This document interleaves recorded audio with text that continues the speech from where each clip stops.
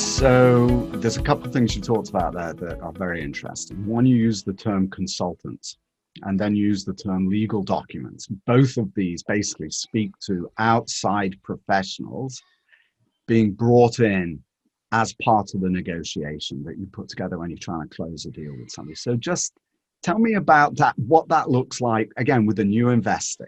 Presumably you put a contract in front of them, and then what, their team of lawyers will respond to that, and then your lawyers will respond to theirs, and etc. Just describe that process a little bit. And the reason that I'm asking you, as obvious as it may seem to you, Mike, that that's what people do, is that it isn't that obvious, actually, in the world of crowdfunding. So do drill down, if you don't mind, just a little on what it looks like to have consultants involved and lawyers when you're going through this process.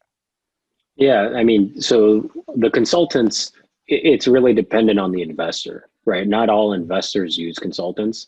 Some, and they use consultants to different degrees. Some rely on consultants and will not make an investment without a consultant's approval. Other investors use the consultant to augment their own due diligence. Others will have them only focus on certain parts, whether it be the ODD or investment DD portion. Or on-site DD or whatever it is, like it's maybe just a small portion. And then some just say, we don't use consultants, we just do it all in-house. And they have a team that is capable of doing the investment themselves and underwriting themselves. You know, the legal due diligence or the legal documentation is the back and forth typically between our lawyers and their lawyers, along with business counterparts. So like myself and the investor would ultimately join for the business points. There are different sort of hot buttons, I would say, that people will touch on, but it really depends on the investor, and it depends on how specific they are with certain legal requirements. Some, like legally, are not able to invest in certain spaces or geographies, et cetera. And they'll just say, look, we can't do it. We have to have a carve out for that.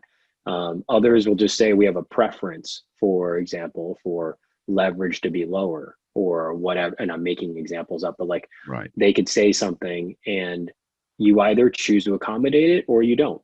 And as the manager, as the GP, if you don't want to agree to that, you have to be willing to potentially lose that investor, because that investor, not all investors, as you know, will just sort of sign the docs and sort of take it or leave it type situation, and that's quite different, you know, when you're dealing with this sort of negotiation process.